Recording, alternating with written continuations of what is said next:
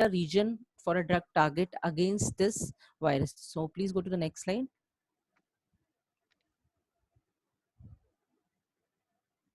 सो इसमें उन्होंने 3D model पूरा बनाया, you can read this paper in depth, जिसमें वो दिखाते हैं कि क्या रीजन है, कौन सा रीजन है कोविड-19 का. This image is not so clear, so which is different in this COVID-19 virus compared to all the other coronavirus found earlier. So the conclusion of this studies were, please the next, the region which they show here, that what is, they compared the activation sites of SARS-CoV virus with the COVID-19 2019 model, and if you see in the depth, they get a region, specific region which they found to be different compared to the earlier virus. So the next slide. So in this study, they concluded that just hold on.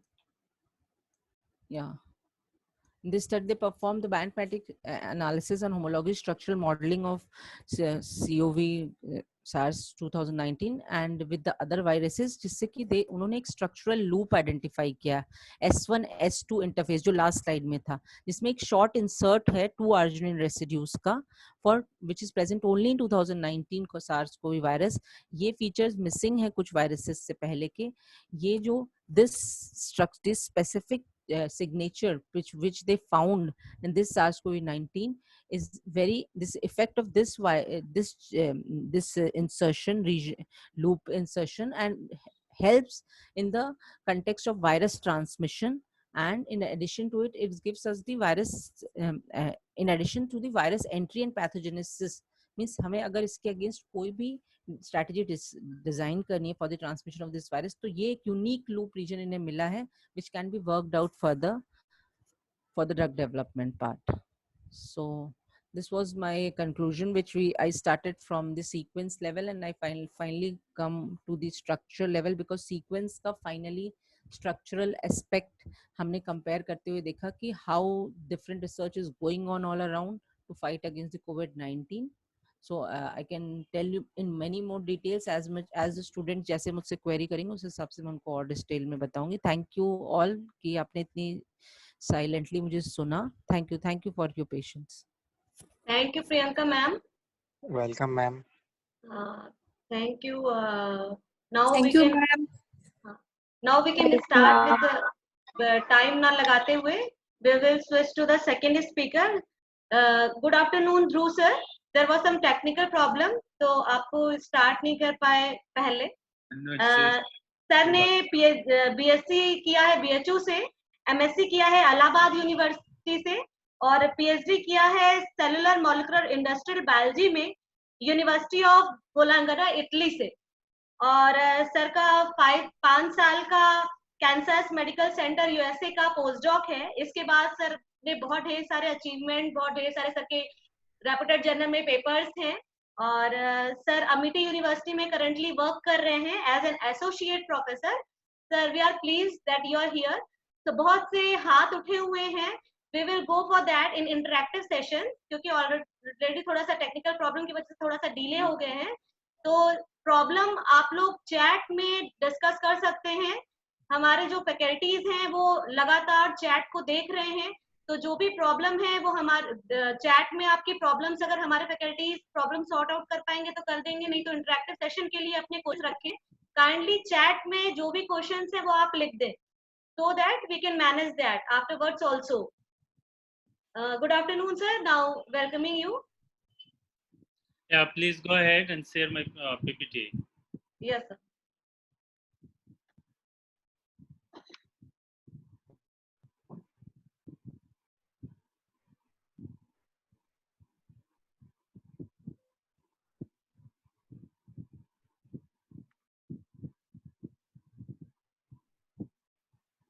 Just a minute sir.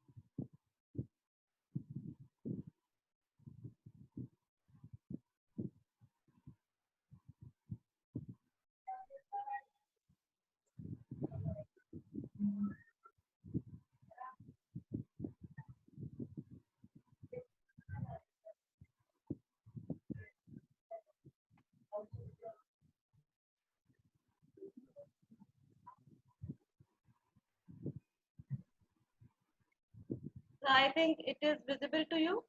Yeah, I can see. So it's a good afternoon now. So good afternoon, everyone. And thank you so much, Dr. Garima, for inviting me to deliver a webinar on coronavirus. And I thank you all the faculty members of Bhagalpur University and the students, those who have appeared for this webinar series. So I hope I would be able to deliver my best. So I'm an associate professor at Amity University, Noida, and I'm here since last 3 years. Our founder, president, Dr. Ashok K. Chauhan, he has established this institute long back, 25 years back.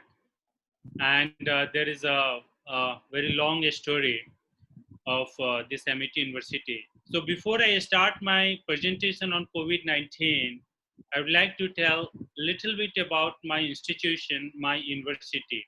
Okay. So, ma'am, please go next. Yeah, we have several campuses in India as well as in abroad, in Patna, in Chennai, in Bangalore, in Chandigarh, Mumbai, Kolkata, Ranchi, Jaipur. In abroad, we have a, go next please. Next slide. Yeah, in abroad, we have in campus in USA, Singapore, Mauritius, London, Dubai, China, and several others are coming up. Next, please. We have total more than 150,000 students in our all MIT campuses. We are around 6,000 faculties and scientists in our all campuses. So every day, you know, the new admission comes. This is the admission time. So nowadays we are busy with the admission. So every day new admission comes, even in the lockdown. So we have a different system of online system to take the admission of newcomers. Please go ahead. Next slide, please. I would like to tell you that last year we were the first to file patent in India after IIT, and we are always competing with the IITs. I think something is missing on this slide. Ma'am, please go next.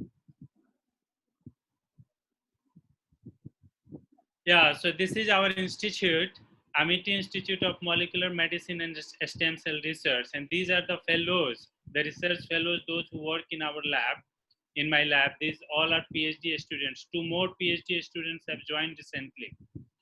So our institute, our lab is the Amity Institute of Molecular Medicine and Stem Cell Research. So we mainly work on molecular medicine, means the drug development, cancer research, and stem cell. So please go next. So this is our lab facilities. We have all the facilities, including in silico and in vivo and in vitro facilities, to work on molecular medicine, cell culture, on mice model. Everything we have to do the drug discovery project, to work on a drug discovery and drug repurposing. Ma'am, please go next. Next slide, please. Yeah. So coming back to the coronavirus, how a structure-based drug repurposing against novel coronavirus COVID-19 can help in this situation to fight against this epidemic, you know, to fight against this outbreak. So if you see, this is the current data of coronavirus outbreak. So if you see in India, more than 85,000 confirmed cases till today we have reported, and 2,752 deaths so far ICMR has reported. If you see the worldwide, it's the data, the number is very long, okay? It's a very high. So, but somehow we are missing, where we are missing, at some extent we are able to control the disease management, but not up to that extent to control 100% or even at the 90% at the level of disease management. And the problem is we are lacking in the sense of vaccine, we are lacking in the sense of drug. We don't have a specific drug to kill the SARS-CoV-2 the virus which is responsible for this COVID-19 disease. So in this situation, what is the right option to work on? How one can get the maximum in the limited resources, the maximum outcome quickly? So that is the drug repurposing approach. If you see, most of the industries and most of the funding agencies, the drug development agencies around the globe, they are working on drug development, drug repurposing, to get something out of the already existed drug.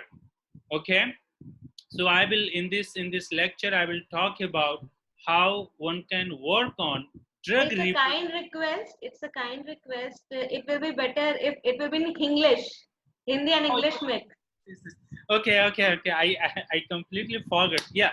So students, मैं आपको बता दूं, अभी जो corona virus जो disease है, ये corona virus disease अगर आप डेटा देखें इंडिया और वर्ल्ड का, इंडिया का जो डेथ रिपोर्ट है, जो डेथ रिपोर्ट का जो डेटा है वो काफी कम है कंपेयर टू दूसरे कंट्री. अगर आप अमेरिका लें और इटली लें, जापान लें या फिर ईरान लें, ये सारे कंट्रीज में 15%, फ्रांस 15%, 16%, 11% डेथ रेट है. लेकिन अपने कंट्री में 2.5 to 3.3% ये डेथ रेट है. सो कहीं ना कहीं डिजीज मैनेजमेंट जो इंडिया में हो रहा है वो काफी अच्छा हो रहा है. लेकिन तब भी इसके बावजूद भी अगर आप डेथ देखेंगे तो अराउंड 3000 पेशेंट का डेथ हुआ है जो कोरोना वायरस से इन्फेक्टेड है. जबकि आप वर्ल्ड डेटा देखेंगे तो वेरी हाई नंबर वर्ल्ड का है. सो अभी इस सिचुएशन में हमें क्या करना चाहिए? इस सिचुएशन में हमें ऐसी टेक्नोलॉजी डेवलप करनी है, ऐसा थेराप्यूटिक इंटरवेंशन डेवलप करना है जिसका क्विक रिस्पॉन्स हो और क्विकली हम डेवलप कर सके, या तो वैक्सीन या फिर कोई थेराप्यूटिक डेवलपमेंट, कोई मेडिसिन, या फिर जैसे कि अभी रिसेंटली प्लाज्मा थेरेपी मार्केट में आया है जो कि कोरोना वायरस पेशेंट के अगेंस्ट में बहुत एक्टिवली काम कर रहा है. तो इसी तरह से ऐसे कई सारे थेराप्यूटिक्स डेवलपमेंट्स पाइपलाइन में है जो डेवलपमेंट चल रहा है. लेकिन अभी हमारे पास ऐसा 100% FDA अप्रूव्ड ऐसा कोई मेडिसिन नहीं है जिसको हम कोरोना वायरस पेशेंट को दे सकते हैं. उस केस में हमें क्या करना है? ड्रग डेवलपमेंट का एक प्रोसेस है जिसको बोलते हैं ड्रग रिपर्पजिंग. ड्रग रिपर्पजिंग एक ऐसी टेक्नोलॉजी है, एक ऐसा मेथड है जिसको अप्लाई करके, जिसको यूज करके आप वैसे ड्रग जो मार्केट में ऑलरेडी अवेलेबल है उस ड्रग को आप क्विकली किसी दूसरे बीमारी के ऊपर आप टेस्ट करके, और अगर वो सक्सेसफुल रहता है तो बहुत ही फास्ट, बहुत ही क्विक आप उसको उस डिजीज के अगेंस्ट में अप्लाई कर सकते हैं. सो आज का प्रेजेंटेशन जो मेरा है उस प्रेजेंटेशन में मैं आपको बताऊंगा कि कैसे computer based, in silico based drug repurposing approach use करके one can treat corona virus patient, one can develop a medicine to cure this, to treat the कोविड-19. आप इससे मेडिसिन डेवलप करके कोरोना वायरस पेशेंट को treat कर सकते हैं. और ढेर सारे लगभग 70 to 80% जो मेडिसिन अभी क्लिनिकल ट्रायल में चल रहे हैं वो ड्रग रिपर्पजिंग बेस्ड अप्रोच ही यूज करके उसको डेवलप किया जा रहा है. So drug repurposing has a very good success rate and it has a huge value. So ma'am, next slide please. Yeah, हाँ. So हम ड्रग रिपर्पजिंग के बारे में चर्चा करें उससे पहले मैं आपको कोविड-19 के लिए जो वायरस रिस्पॉन्सिबल है जिसको बोलते हैं SARS-CoV-2, severe acute respiratory syndrome corona virus 2 virus. ये वायरस काफी पुराना वायरस है. SARS-CoV-2, सार्स मर्स करके ये आया है. ये नया वायरस नहीं है, लेकिन थोड़े से चेंजेस इसमें हुए हैं जिसको हम म्यूटेशन बोलते हैं साइंटिफिक भाषा में. उस चेंजेस के कारण इसको SARS-CoV-2 नाम दिया गया है. और क्योंकि इससे जो बीमारी हुई है वो 2019 में रिपोर्टेड है, दिसंबर में रिपोर्ट हुआ है, इसीलिए इसको कोविड-19 बोलते हैं. और इसका स्ट्रक्चरल एनालिसिस जब आप करेंगे तो इसके 3 सेट्स हैं इस वायरस का। एक तो सबसे अंदर का जो कोर होता है जिसको न्यूक्लियर पोर्शन बोलते हैं, ठीक है। उसके मिडिल वाले हैं जो कि आपको मेम्ब्रेन है, और उसके सबसे ऊपर का है वो स्पाइक प्रोटीन है।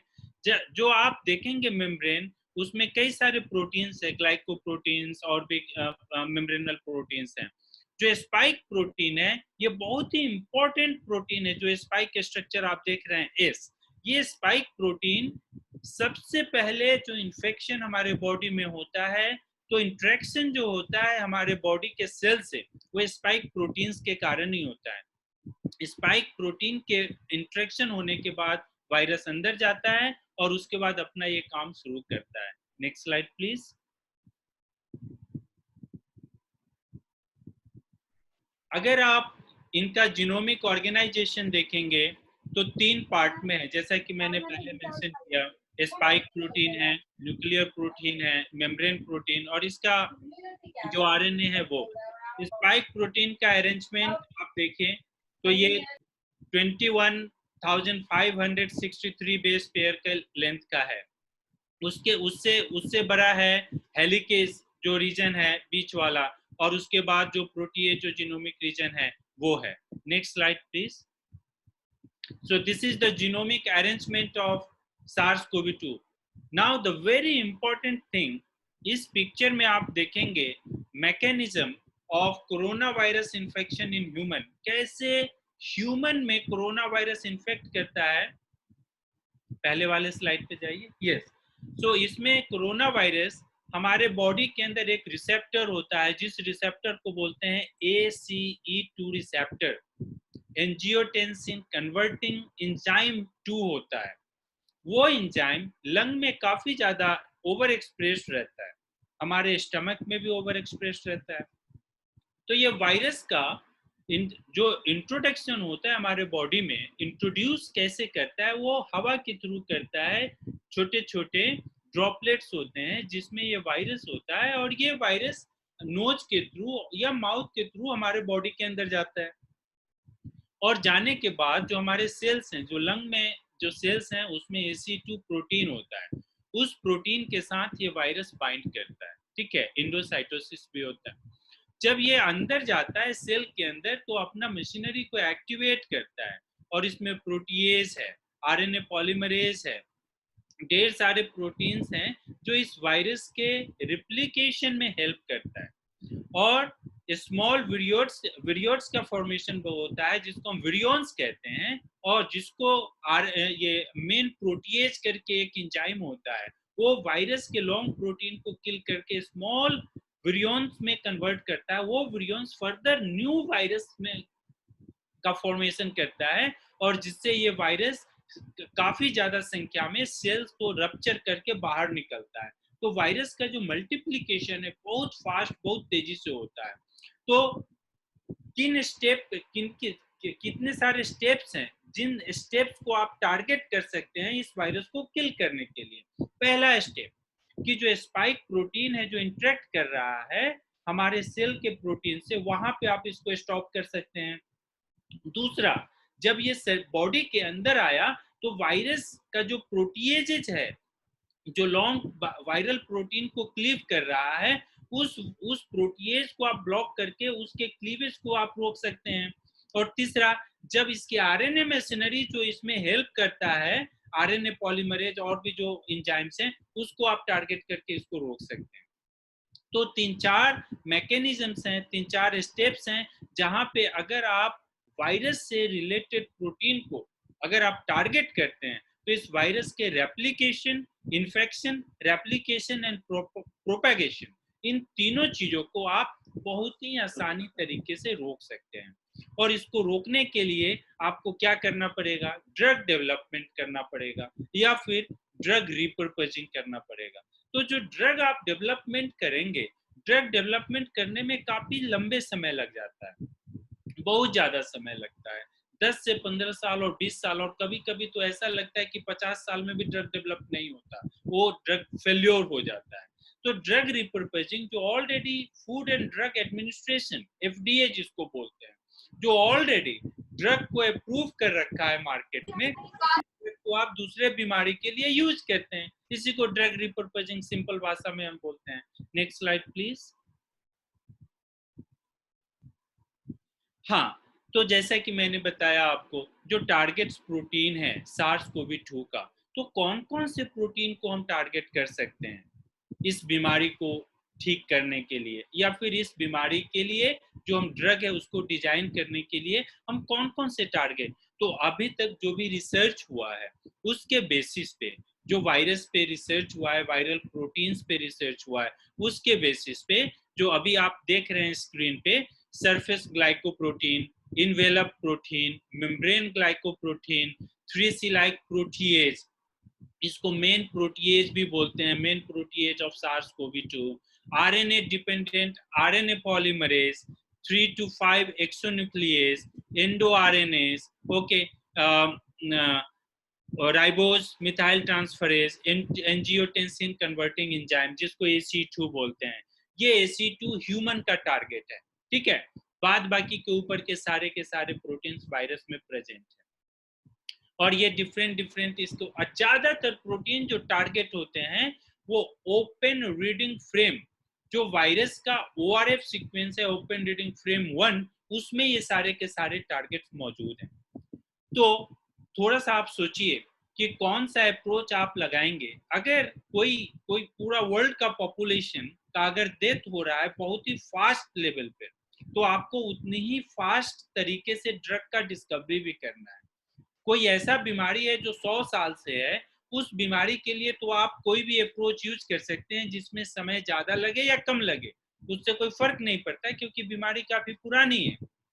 और उसके लिए और भी कई सारे लोग ड्रग की डिस्कवरी या फिर उसके ड्रग थेराप्यूटिक्स के लिए अप्रोच अप्लाई कर रहे हैं। लेकिन ऐसी कोई न्यू आउटब्रेक आता है जिसका कोई सॉल्यूशन नहीं है, कोई समाधान नहीं है, उस केस में आपको क्या करना चाहिए? उस केस में आपको ऐसा अप्रोच करना चाहिए जो क्विक सॉल्यूशन आपको दे, जो क्विक आपको मेडिसिन डेवलपमेंट का क्विक अप्रोच प्रोवाइड करे। उस स्थिति में structure based drug discovery, structure based drug repurposing approach काफी सक्सेसफुल माना गया है। Next slide please. तो जैसा कि मैं बताया था पहले भी कि ड्रग रिपर्पजिंग बहुत ही इजी तरीका है, आसान तरीका है ड्रग डिस्कवरी का। और अगर आप कन्वेंशनल तरीके से ड्रग डिस्कवरी करेंगे तो आपको 10 से 20 साल का समय लगेगा। वो जो ऊपर का पैनल आप देख रहे हैं, that is the conventional way of drug discovery. और नीचे क्या है? ड्रग रिपर्पजिंग का। तो ड्रग डिस्कवरी में आप एवरेज टाइम भी लेकर के चलते हैं तो 15 साल लगना ही लगना है। उसके बाद भी जो सक्सेस रेट है वो आपको लेस देन 10% है। लेकिन जब आप ड्रग रिपर्पजिंग में जाते हैं तो आप देख लीजिए कि जो ड्रग रिपर्पजिंग नीचे वाला जो पैनल जो फिगर है उसको देखिए, इसमें 3 से 12 साल लगता है। जबकि हमें स्ट्रक्चर पता है वायरस का, कहाँ पे टारगेट करके हम वायरस को किल कर सकते हैं, उस केस में हमें ड्रग रिपर्पजिंग का अप्रोच यूज करना चाहिए। और अगर आप ड्रग रिपर्पजिंग यूज करेंगे तो 3 से 12 साल का जो थियोरेटिकल एक डेटा है उसके बेसिस पे 3 से 12 साल लगेगा। लेकिन अगर आप सीरियसली इस पे काम करेंगे तो ये 2 साल के अंदर ही आप ड्रग मॉलिक्यूल को मार्केट में ला सकते हैं। और अगर आप इन सिल्को अप्रोच यूज करेंगे तो हो सकता है कि आप 1 साल के अंदर ही इस ड्रग को मार्केट में ला सकते हैं। ये फास्ट ट्रैक मोड पे कोविड-19 के अगेंस्ट में ड्रग रिपर्पजिंग का काम चल रहा है। फास्ट ट्रैक का मतलब क्या होता है? कोई काम आप अगर 1 साल में करते हैं, उसी काम को बहुत ही तेजी से करके 1 महीने में करने का प्रावधान किया जाता है। मतलब 1 महीने में उसको करने की फैसिलिटीज और उसकी ऑथेंटिसिटी और उसको मतलब जितने भी पेपर वर्क होते हैं उसको बहुत ही फास्ट किया जाता है। जो कोरोना वायरस का ड्रग डेवलपमेंट है या कोरोना वायरस का जो वैक्सीन डेवलपमेंट है, ये फास्ट ट्रैक मोड में चला गया है, फास्ट ट्रैक मोड में चल रहा है। तो इसीलिए अगर कोई भी आदमी ड्रग रिपर्पजिंग पे काम करना चाहेगा तो उसका ड्रग हो सकता है कि विद इन 1 ईयर मार्केट में आ जाएगा। तो आप ही समझ लीजिए कि आपको क्या करना चाहिए इस केस में। अगर आपको conventional way of drug discovery करना चाहिए या फिर आपको ड्रग रिपर्पजिंग करना चाहिए। 100 में 100 हैंड्स उठेंगे कि नहीं सर हमें ड्रग रिपर्पजिंग के लिए जाना चाहिए, क्योंकि जो लोग मर रहे हैं हम 10 साल तो वेट नहीं कर सकते मेडिसिन के लिए, तो उसके लिए हमें क्विक मेडिसिन लाना है, तो हमें ड्रग रिपर्पजिंग करना है। तो ड्रग रिपर्पजिंग में computational approach, molecular docking, molecular simulation, dynamics कैसे हेल्प करता है वो मैं डिस्कस करूंगा। Next slide please. तो कंप्यूटर ये ड्रग रिपर्पजिंग के ढेर सारे मेथड्स हैं, ढेर सारे अप्रोच हैं, जिसमें कि आप पेशेंट का डेटा लेते हैं जो मेडिसिन ऑलरेडी अप्रूव हो चुके हैं, ड्रग सिमिलरिटी चेक करते हैं, रिट्रोस्पेक्टिव स्टडी करते हैं, पाथवेज मैपिंग करते हैं, पाथवेज एनालिसिस करते हैं कि आपका प्रोटीन और किस प्रोटीन से मैच कर रहा है, आप जेनेटिक एनालिसिस करते हैं, ठीक है, उस जो प्रोटीन है उसका फिर एसोसिएशन स्टडीज करते हैं, पेशेंट का डेटा निकालते हैं और मॉलिक्यूलर डॉकिंग अप्रोच यूज करते हैं। इन सिल्को अप्रोच इसको हम बोलते हैं, molecular docking simulation and dynamics. तो ये अप्रोच ऐसा अप्रोच होता है जो कि आपका टाइम 90% तक का शायद टाइम आपको ये ड्रग रिपर्पजिंग में सेव करता है। यही ड्रग रिपर्पजिंग अगर आप इन विट्रो अप्रोच यूज करके करेंगे, इन विवो अप्रोच यूज करके करेंगे, तो आपका टाइम भी काफी किल होगा और उसके बाद आपका मनी भी ज्यादा से ज्यादा लगेगा उसमें। तो इन सिल्को अप्रोच में हम क्या करते हैं, हम टारगेट आइडेंटिफाई करते हैं, उस टारगेट के बेसिस पे हम जो FDA अप्रूव्ड ड्रग्स हैं उसको हम स्क्रीन करते हैं। स्क्रीन करने के बाद फिर हम उसको in vitro in vivo model में वैलिडेट करते हैं। तो हम स्टार्ट कहाँ से करते हैं, कंप्यूटेशनल अप्रोच से स्टार्ट करते हैं, तब जाकर के वैलिडेशन होता है। वैलिडेशन इन पहले सेल में करते हैं, फिर माइस में करते हैं, अगर रिक्वायर्ड हुआ तो कोई प्राइमेट हम एनिमल लेते हैं या नहीं तो हम एनिमल ट्रायल के लिए चले जाते हैं। Next slide please.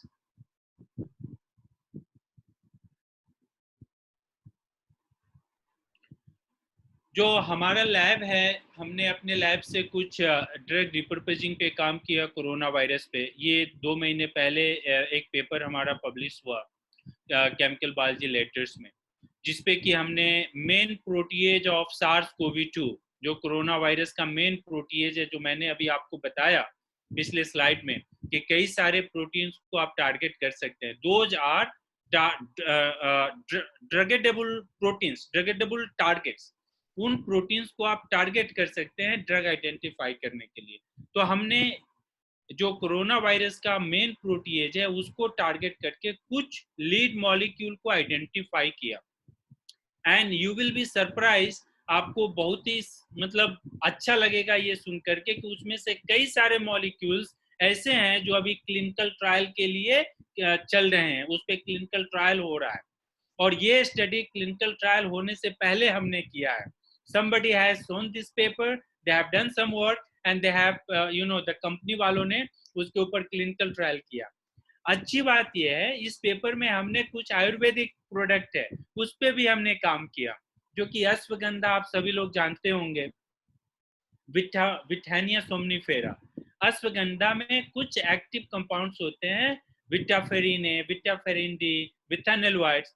अभी Indian council of medical research ICMR और मिनिस्ट्री ऑफ आयुष इंडिया, ये सारे मिल करके एक क्लिनिकल ट्रायल यहाँ इंडिया में लॉन्च किया है, जिसमें ये अश्वगंधा को इंक्लूड किया है और कुछ एंटी मलेरियल ड्रग्स हैं कंबाइंड करके, और कुछ एंटीवायरल जो एलोपैथिक ड्रग्स हैं उसको आयुर्वेदिक। सर एक सेकंड इंटरप्ट करूंगी। बच्चे आप लोग कुछ लोग रेज कर रहे हो हैंड, सर को बोल लेने दीजिए, फिर हम लोग इंटरेक्टिव सेशन में आप अपने क्वेश्चन अपने साथ रखिएगा, क्वेरीज इंटरेक्ट करेंगे हम लोग दोनों पैनलिस्ट सर लोग से, सर और मैम से इंटरेक्ट करेंगे आप लोग, थोड़ा सा वेट कर लीजिए।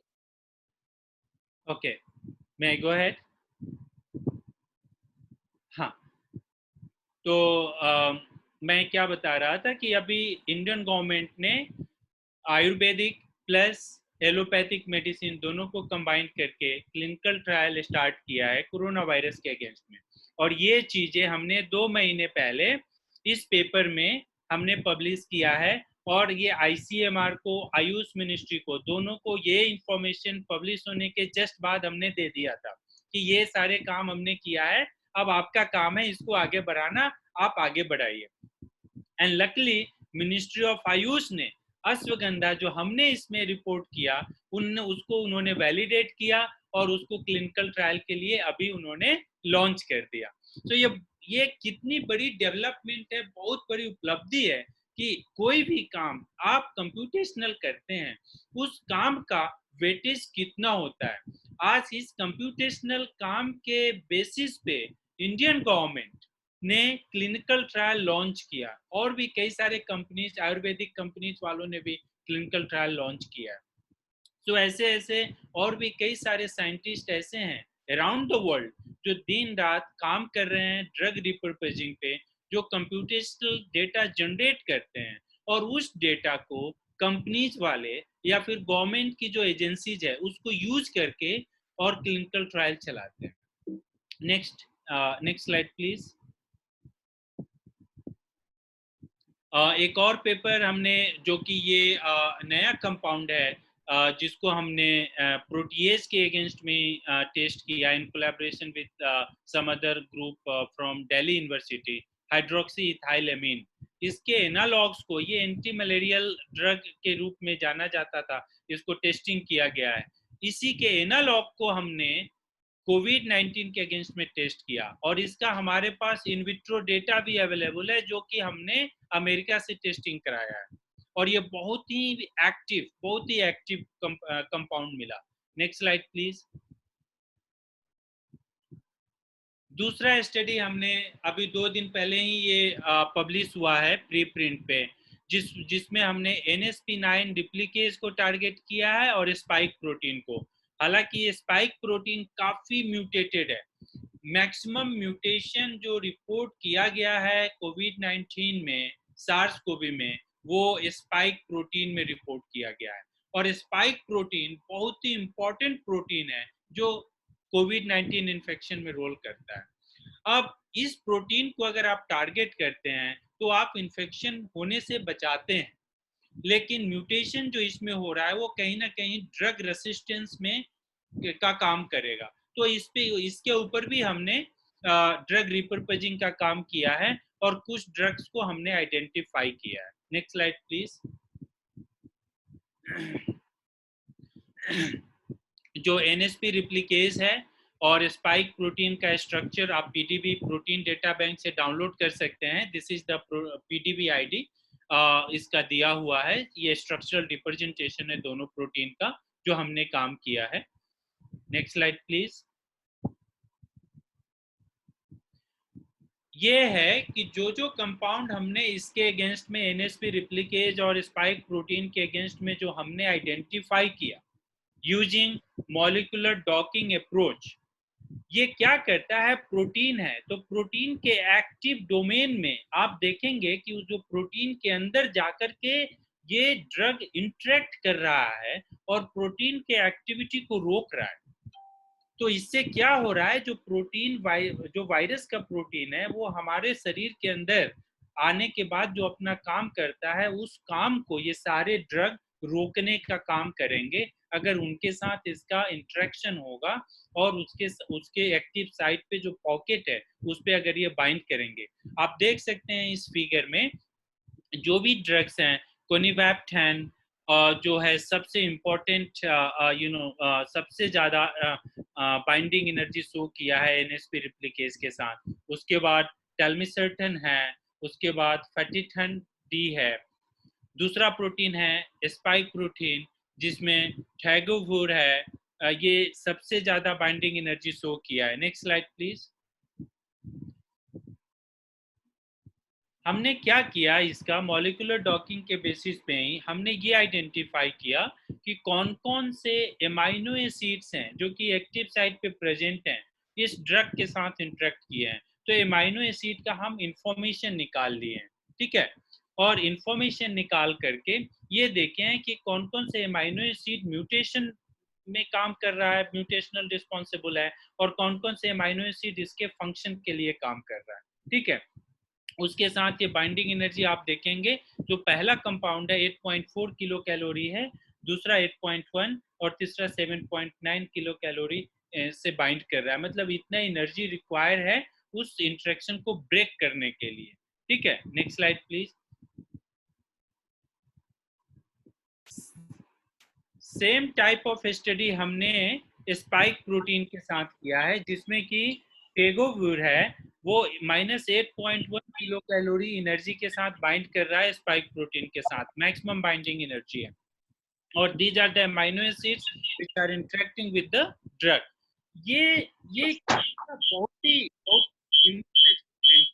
और बहुत ही इजी तरीका है। अगर आप कंप्यूटेशनल अप्रोच यूज करते हैं, मॉलिक्यूलर डॉकिंग अप्रोच यूज करते हैं, तो आपको ये पता चल जाता है कि कौन सा ड्रग किस प्रोटीन के साथ एक्टिव साइट पे जाकर के बाइंड कर रहा है। ठीक है, और अगर एक्टिव साइट पे बाइंड कर रहा है, someone has opened, I actually turned on their mic. May I request to turn off their mic, please? आप माइक को ऑफ कर दीजिए। हाँ, thank you. So if you see the computational approach, जो हमारा मॉलिक्यूलर डॉकिंग अप्रोच है, उसके basis पे आप पोटेंशियल ड्रग को आइडेंटिफाई कर सकते हैं, आप पोटेंशियल मॉलिक्यूल को आइडेंटिफाई कर सकते हैं, और उस मॉलिक्यूल को अगर आपके पास एक्सेस है इन विट्रो टेस्टिंग के लिए, इन विवो टेस्टिंग के लिए, then you can do the testing. नहीं एक्सेस है तो आप उसको कोलैबोरेशन में किसी और लैब से टेस्टिंग करा करके फर्दर उस मॉलिक्यूल को क्लिनिकल ट्रायल तक ले जा सकते हैं। This is the benefit of drug repurposing, structure based drug repurposing. Next slide please. Since molecular docking approach जो है वो प्रिडिक्टिव अप्रोच होता है, आप सिर्फ प्रिडिक्शन करते हैं, कंप्यूटेशनल मेथड ऑफ प्रिडिक्शन।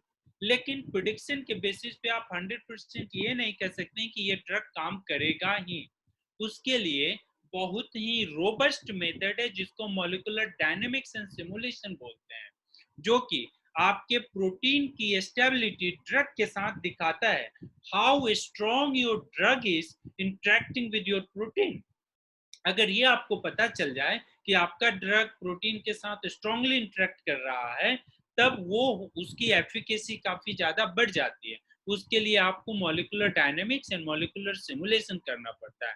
हमने जो दो मेन कंपाउंड आइडेंटिफाई किए थे, एनएसपी प्रोटीन के साथ और स्पाइक प्रोटीन के साथ, उस दोनों का हमने मॉलिक्यूलर डायनेमिक्स एंड सिमुलेशन किया। सिमुलेशन करने के बाद हमें काफी स्ट्रॉन्ग इंटरेक्शन प्रोटीन का ड्रग के साथ मिला, जिसके बेसिस पे हम इस दोनों मॉलिक्यूल को further in vitro and in vivo testing के लिए प्रपोज कर सकते हैं। Next slide please. This is the molecular dynamics and simulation of a spike protein with the selected lead molecule जो हमने identify किया था drug molecule. So these are the molecules, the compounds, the results that we have identified through the computational, using computational approach, through molecular dynamics, through molecular docking approach. On the basis of that molecular docking, the molecular dynamics, these molecules can be further proposed as a lead molecule for further testing, like in vitro, in vivo testing. Next slide, please. लेकिन इतना आसान नहीं है जितना आसानी से मैंने आपको बताया कि drug repurposing, structure based drug repurposing हम कर सकते हैं विद इन 1 ईयर किसी भी डिजीज के लिए। सबसे पहला क्वेश्चन जो उठता है वो ड्रग रिपर्पजिंग में वो होता है पेटेंट का। ठीक है, और किसी आदमी ने पहले ड्रग डिस्कवरी करके, कोई भी कंपनी है उसने ड्रग डिस्कवरी कर लिया और उसने पेटेंट कराया हुआ है, और दूसरा आदमी उसी ड्रग पे काम कर रहा है और दूसरे डिजीज के लिए वो इन्वेंट कर रहा है, तो उसमें पेटेंट की ढेर सारी प्रॉब्लम्स होती है, उसको वो पेटेंट ही नहीं करा सकता। और जब पेटेंट नहीं करा सकता तो उसकी अर्निंग जो होगी पैसा जो कमाएगा वो दूसरे कंपनी को जाएगा, वो पैसा कमा ही नहीं सकता क्योंकि आप पेटेंट से ही पैसा कमाते हैं।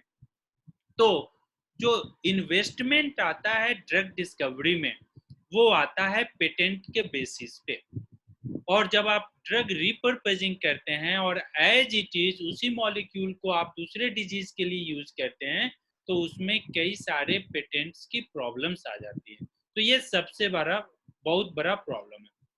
दूसरा, रेगुलेटरी कंसिडरेशन। रेगुलेटरी कंसिडरेशन ये है कोविड-19 के केसेस में अगर आप इन विट्रो और इन विवो टेस्टिंग करते हैं तो सेल कल्चर के लिए आपको सेल कल्चर फैसिलिटीज का होना जरूरी है, और वो cell culture facilities BSL 4 okay, जो हमें बायो सेफ्टी लेवल 4 होता है जो कि हाईएस्ट है, जिसमें आप इन्फेक्शियस वायरस को कल्चर कर सकते हैं, और एनिमल कल्चर के लिए भी सेम फैसिलिटी चाहिए, वो फैसिलिटीज आपके पास नहीं होता है। एथिकल क्लियरेंस आपको जल्दी नहीं मिलेगा, तो ढेर सारे प्रॉब्लम्स होते हैं जो कि रेगुलेटरी प्रॉब्लम्स होते हैं। लेकिन कोविड-19 के केस में जैसा कि मैं आपको बताया, ये फास्ट ट्रैक मोड पे चल रहा है ड्रग डिस्कवरी का प्रोजेक्ट। तो फास्ट ट्रैक मोड पे ये सारे क्लियरेंस काफी इजीली और काफी जल्दी मिल जाता है, लेकिन उसमें भी सिर्फ और सिर्फ 90% गवर्नमेंट इंस्टीट्यूशंस रिलेटेड लैब्स को मिलता है, फिर जो प्राइवेट कंपनीज हैं उनको मिलता है, लेकिन इस पे मिल जाता है, जल्दी मिल जाता है। तीसरा है ऑर्गेनाइजर्स, जो ऑर्गेनाइजेशन है, ऑर्गेनाइजेशनल हर्डल्स इन इंडस्ट्री। अभी मैं बता दूं ढेर सारे इंडस्ट्री में इस ड्रग को रिलेटेड कई सारे काम स्टार्ट किए हैं, उसमें BSL 3+ फैसिलिटीज था। तो जो ड्रग रिपर्पजिंग का काम उन्होंने इन सिल्को किया, उसको टेस्टिंग के लिए इनविट्रो लैब में किया, सारे के सारे लैब मेंबर्स इन्फेक्टेड हो गए because of this BSL facilities, सारे मेंबर्स। तो वायरस इन्फेक्शन इतना तेजी से ये इन्फेक्ट करता है कि जो काम कर रहा है उसमें वो भी इन्फेक्टेड हुआ और उसके मैनेजर्स तक इन्फेक्टेड हो गए। सो सेफ्टी लेवल जो है वो बहुत ही इंपॉर्टेंट है, आपको बहुत ही स्ट्रांगली जो इसका जो सेफ्टी लेवल है उसको रेगुलेट करना पड़ेगा, तभी आप इस पे काम कर सकते हैं। ठीक है, next slide please.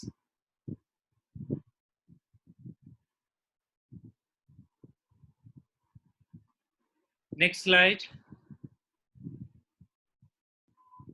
Oh, so that's all I had to talk.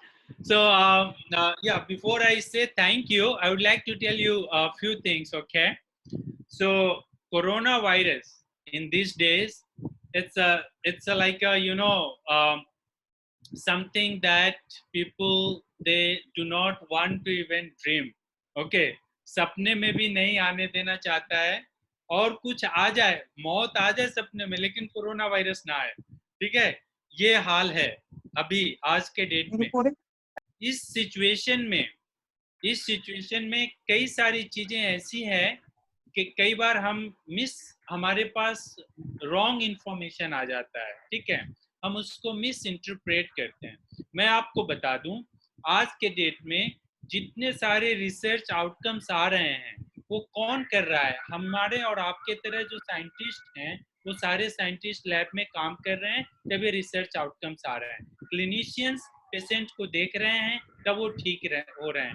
Nurses, ये सारे लोग काम कर रहे हैं। तो एक डर जो हमारे अंदर है उस डर को हमें भगाना है, और डर कैसे भगेगा? जब हम प्रॉपर सेफ्टी यूज करेंगे। हमें social distancing, proper masking, proper हमें जो PPE है, ठीक है, पर्सनल प्रोटेक्टिव इक्विपमेंट्स का हमें प्रॉपर यूज करना है। ठीक है, तब हमें इससे डरने की कोई जरूरत नहीं है। हम अगर सेफ्टी मेजर्स रखते हैं तो ये काफी हद तक हमें बचाएगा। जब तक कि कोई वैक्सीन मार्केट में नहीं आता है, कोई ड्रग अप्रूव्ड ड्रग मार्केट में नहीं आता है, तब तक हमें प्रिवेंशन मेजर्स पे काम करने हैं, जो कि सेफ्टी मेजर्स हैं जिसको हमें फॉलो करना है। Now I would like to say thank you all of you for watching me, for listening me, and I'm happy to take any questions now.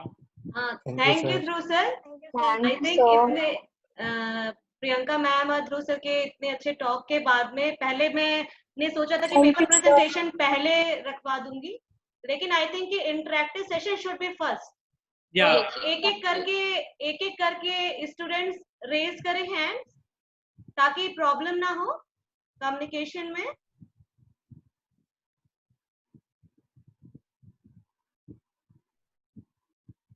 हाँ बोले,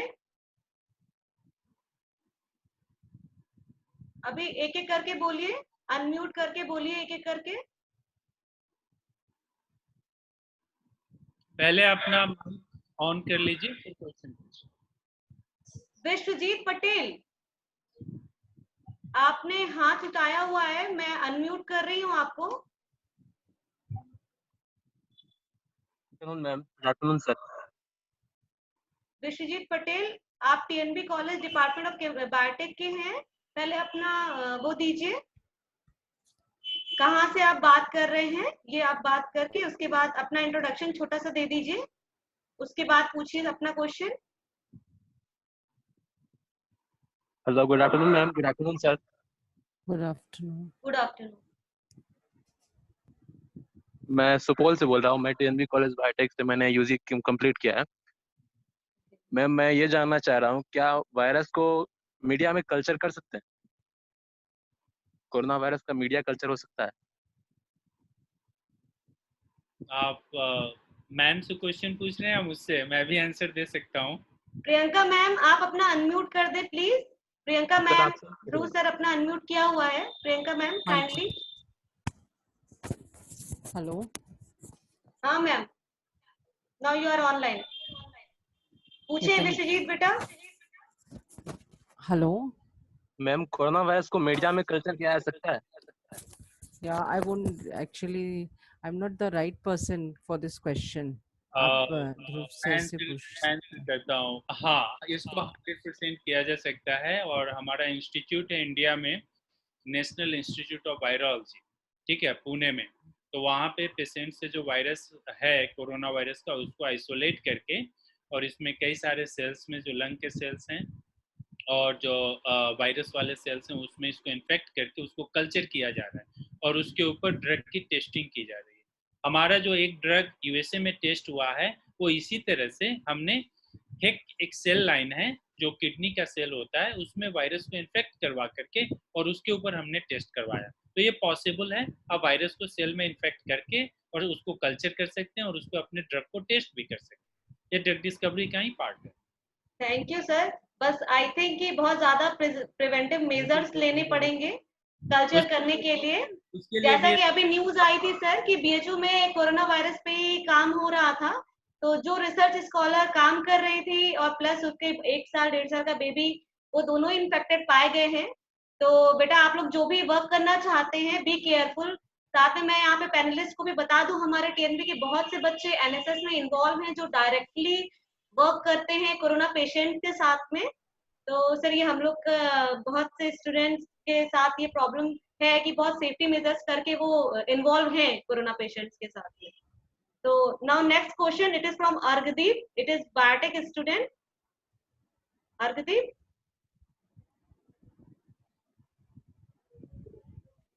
अनम्यूट करिए अर्गदीप अपना। Okay.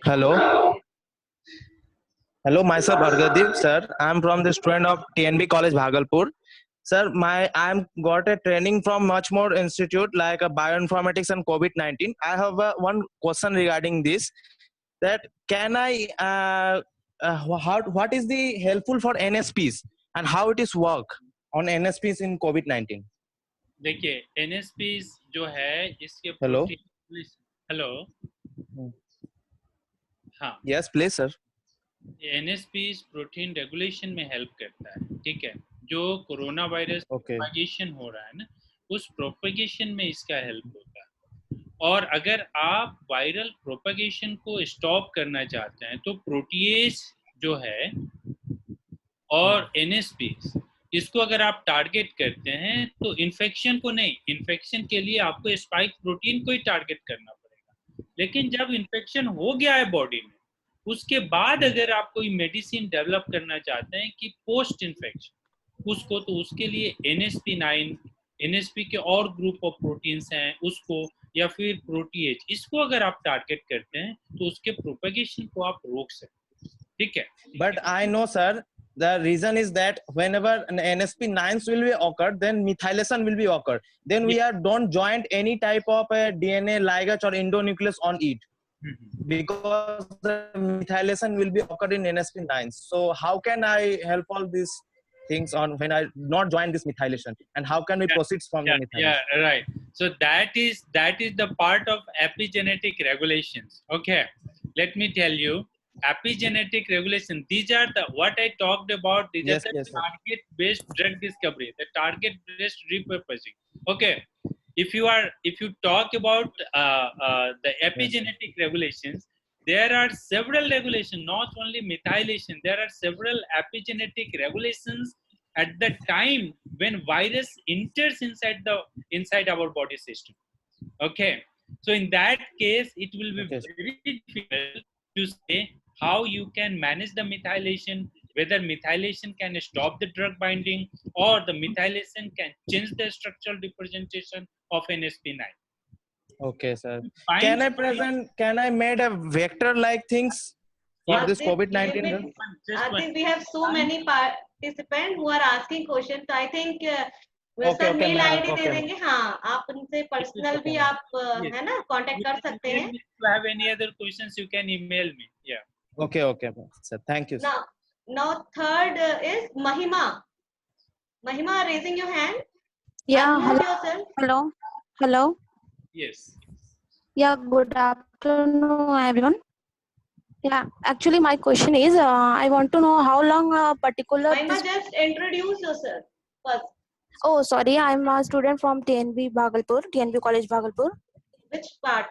First year, second year, third year? Pass out, ma'am, pass out. Okay. Yeah. My question is that how long this virus can survive, a particular virus lifespan, actually. Where? Hello. Yes, where you are asking where? You are asking the survival of virus. Where? In the atmosphere, in In the water, body- inside body, the sir. body, Inside the human body. inside the human body. As you have seen that the incubation period of this virus is 1 to 25 days. This is the latest data. So 1 this to virus 25 days. survive in your body till 25 days. You know, up to 25 days, this virus can survive. So this is the incubation period.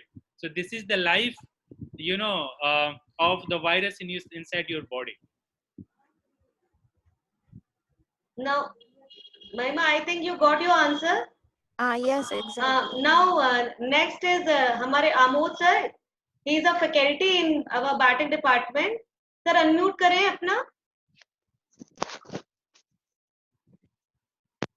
Yes, ma'am. Hello, ma'am. You are audible. Yes, ma'am. पूछे question Amod sir. Yes, ma'am. You have any question, sir? No, no. Okay. Then Gaurav Pradhan. Unmute yourself. Gaurav Pradhan. Yes, ma'am. Hello. Am I audible? Yes. तो sir मैं जैसे कि first part से हूँ, मेरा question ये था, जैसे हम लोग प्लाज्मा ट्रीटमेंट करते हैं, इसके मतलब जो डिजीज्ड पर्सन है, ठीक है, तो वो लोग मतलब रिकवर होने के बाद ब्लड डोनेट करता है, क्योंकि उसमें जो एंटीबॉडी है वो मतलब बन जाती है, फिर हम लोग प्लाज्मा वहां से ब्लड से निकाल के प्लाज्मा से हम लोग ट्रीटमेंट करते हैं. तो सर जब एंटीबॉडी वहां से बन जा रहा है तो हम लोग ड्रग रिकवरी के लिए इतना दिमाग क्यों लगा रहे हैं? नहीं, देखिए हमारा बॉडी, हाँ आपका क्वेश्चन बिल्कुल सही है. प्लाज्मा थेरेपी क्या है? ये शॉर्ट टर्म सॉल्यूशन है, ठीक है. जी सर. जितना देर तक जो प्लाज्मा थेरेपी से एंटीबॉडी आप ट्रांसफर करते हैं और वो वायरस के अगेंस्ट काम करता है, उतने दिन तक वो आपको ठीक रखेगा. उसके बाद आपके बॉडी में हो सकता है कि ये प्रॉब्लम फिर से आ जाए. तो plasma therapy is not the permanent solution. जैसे आपने ये उसी तरह से काम करता है जिस तरह से फ्लू का वैक्सीनेशन आप साल में 2 बार लेते हैं. जी सर. और हर साल आपके पास चांसेस होता है कि फ्लू अटैक करेगा. उसी तरह से ये शॉर्ट टर्म आपके immunity, short term solution provide करता है, जो एंटीबॉडी आप ट्रांसफर करते हैं किसी भी पेशेंट में प्लाज्मा थेरेपी के। और सर जैसे जैसे कि आपने बोला जो स्पाइक प्रोटीन जो है वो म्यूटेशन उसमें होने के कारण वो बहुत वेरी कर रहा है, तो सर आप अगर ड्रग बनाते हैं तो आगे चांसेस है वो और वेरी करेगा। तो एग्जैक्टली, इसीलिए मैंने आपको बताया कि जो स्पाइक प्रोटीन का म्यूटेशन है ये ड्रग रेसिस्टेंस में एक बहुत बड़ा मेजर प्लेयर है, क्योंकि कोई ड्रग आप आज डिस्कवर कर रहे हैं, कल हो सके वो काम नहीं करेगा क्योंकि वो स्पाइक प्रोटीन म्यूटेट कर जाए। अभी तो ये भी पॉसिबिलिटीज है कि अगर 15 म्यूटेशंस आइडेंटिफाई किए गए स्पाइक प्रोटीन में, तो सारे म्यूटेशंस के अगेंस्ट आप ड्रग डिजाइन कर सकते हैं। लेकिन जब आप पेशेंट को ये ड्रग दे रहे हैं और उस समय अगर स्पाइक प्रोटीन में म्यूटेशन आ रहा है और उस म्यूटेशन को फिर आपको टारगेट करने के लिए फिर से ड्रग डिस्कवरी का अप्रोच यूज करना पड़ेगा।